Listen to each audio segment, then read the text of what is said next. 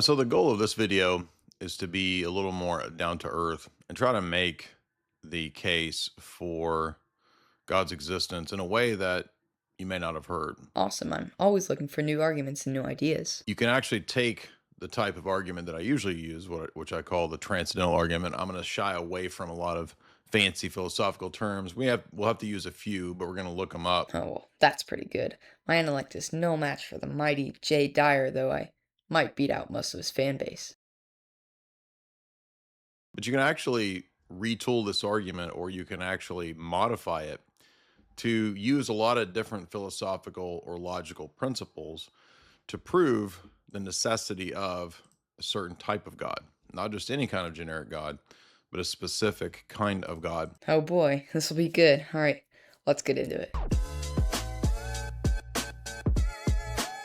But I'm going to make a different type of argument with the cosmological argument. And I'm going to say that the principle of causation, not reasoning back through a chain or some dependence chain or whatever kind of chain to some first event. I'm going to say that the principle of causation itself is necessary to have knowledge at all in this world. Okay, interesting. Why is that? Are you going to solve the problem of induction? In other words, rational, true belief that can be justified, that you can make sense of the world, relies on things like what we call the principle of induction, or the idea that nature will be regular over time such that you can study it in a meaningful way and make deductions about it. Right, so this principle, the regularity of nature, was given a famous objection by David Hume called the problem of induction. So what Jay is saying is that there's this idea that nature will be regular over time in such a way that I can study it and develop an understanding of relationships within it. David Hume's objection was the problem of induction, though, um, where I might think that, for example, let's say I play 100 games of pool, and within each of those 100 games, every single time I hit the cue ball into another ball, that second ball ricochets off in some other direction, seemingly instantly after the two balls make contact. Now, this is some quite good reason for me to think that there is a causal relationship between the first ball hitting the second ball and that second ball is moving in another direction. But David Hume says, no, this is not the case. All science and empirical observation can do is discover correlative relationships between the two things. We have no way to determine if my cue ball hitting ball two is actually a causal relationship between that and then the second ball moving. One example would be, let's say I'm a turkey, and for over 300 days, far longer than I can remember, every single day, the farmer comes out and feeds me at exactly 4 p.m. And I can tell this because a big clock rings in the house. Um, would I then be justified? Seems to be, at least for me, the turkey, very good reason to think that there's a direct causal relationship between this clock striking at 4 p.m. and me receiving food from the farmer. On the day before Thanksgiving, when the clock strikes at 4 p.m. and the farmer comes out, would I be justified in thinking, oh, this causal relationship is going to hold up? I'm going to get fed again. Well, clearly not, because this farmer is going to come out and it's time for Thanksgiving dinner the next day. So David Hume's saying, look, um, science might produce evidence for a relationship, but we can never actually verify a hypothesis. Science never proves a hypothesis, it only fails to disprove it. So that's the problem here. Well, that's a principle that is itself not physical or material. And it's very closely connected to this idea of causation, cause and effect. Now, again, we don't see under a microscope the law of identity or the principle of cause and effect or the law of causation or the uh, regularity of nature. We observe events and then we give it that interpretation. Indeed, no laws of logic nor principles of rational thought can be correctly described as physical. But if those principles aren't real principles, if we're not actually discovering and learning these metaphysical laws of the universe, then we can't actually have a coherent, rational view of the world. Our view would be arbitrary and not justified. No, Jay, this is not correct. I don't know about you, but I don't live as if there are these undeniable direct causal relationships between things, only that there are maybe strong correlative relationships between them.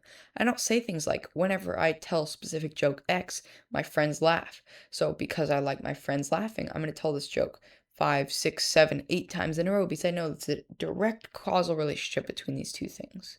No, I only have some good reason to believe that they're correlated, but this doesn't mean I need a causal relationship for my worldview to make sense. It would just be my assertion, your assertion, and we don't really know if these bubblings up of chemicals coming out of our mouths actually have any meaningful reference in the external world. In fact, as many of the philosophers of this time noted, we don't even really know or can we prove that there is an external world. No, Jay, this is also not correct. Although I might not be able to verify that a certain medicine, say Pfizer vaccines, actually work against COVID-19, I can have very high credence in believing that they do.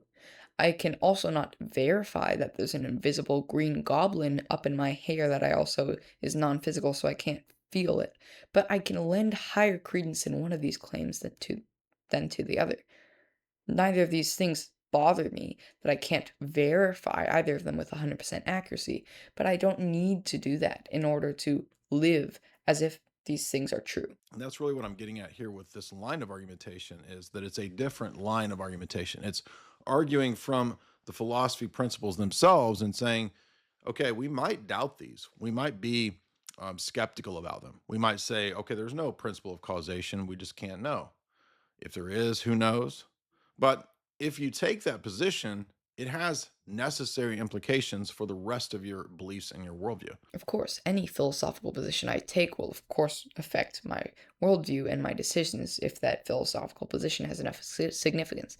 That has no effect on whether that position is true or false. For example, you wouldn't be able to link what's happening now to the things that happened in the past. Remember, there's no direct link or causation. There's no necessary connection between the past and the future. You don't know if your memories have any relationship to the present. In fact, you don't know if there even is a thing called the past or the future. There's only what is an immediate phenomenon. You continue to state you can't know X as if it's some mind blowing idea that completely destroys any naturalistic worldview.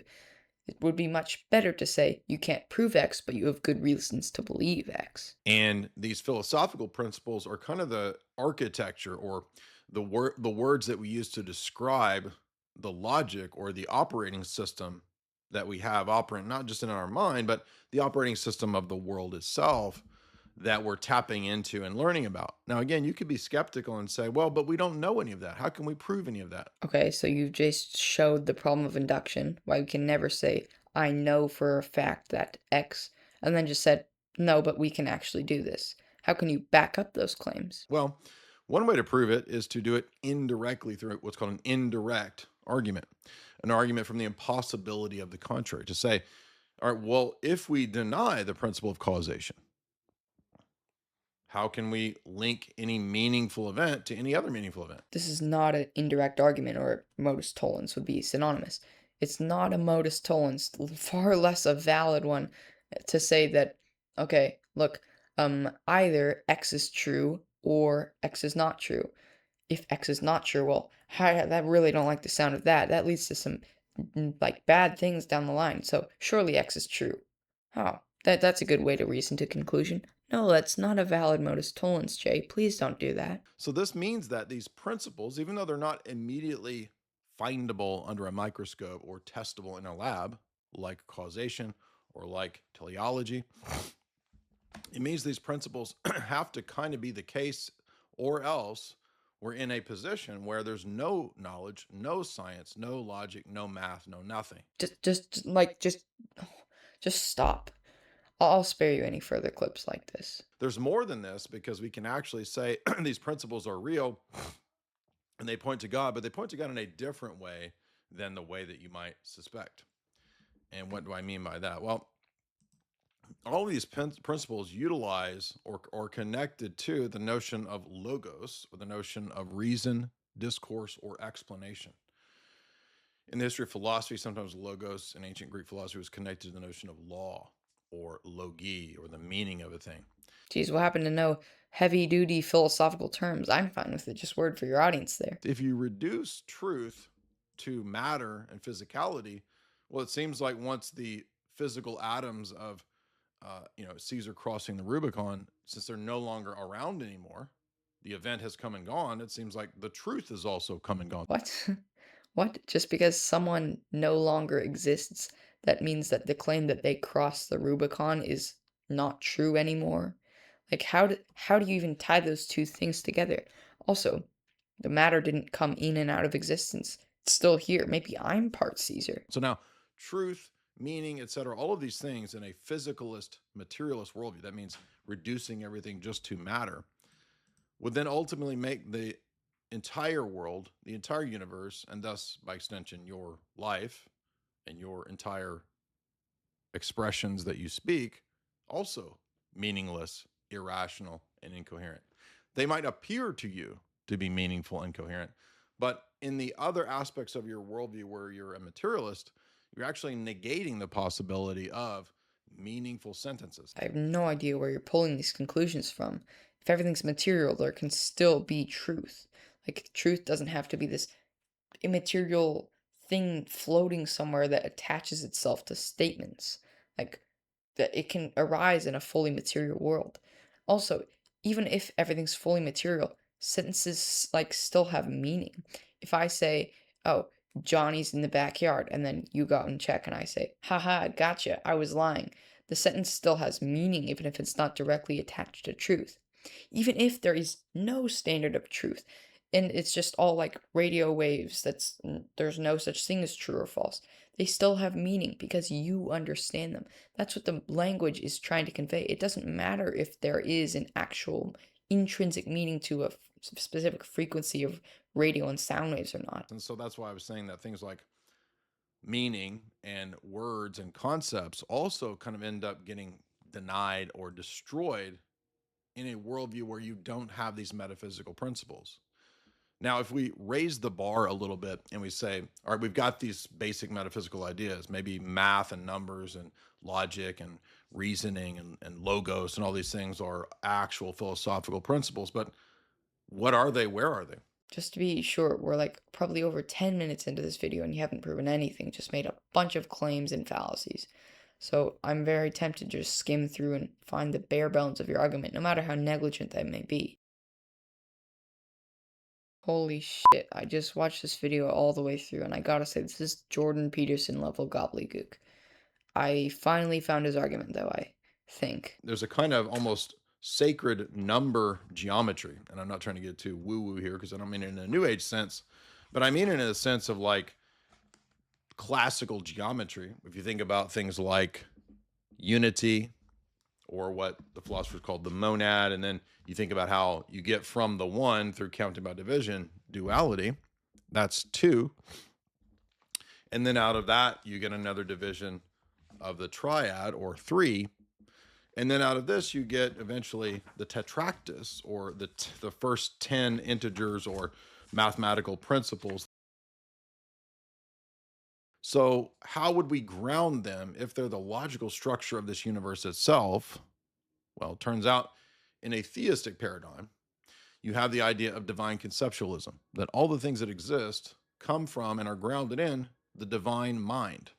In other words, there is an omniscient, intentional, that's purposive, universal being who is personal, who created this world out of his own goodness, to then give other beings a share in the being and life that that being has. Yeah, so his entire argument is, okay, well, if logic and morality and like all objective truth, all these things don't exist, well, I don't really much like that, so they do exist.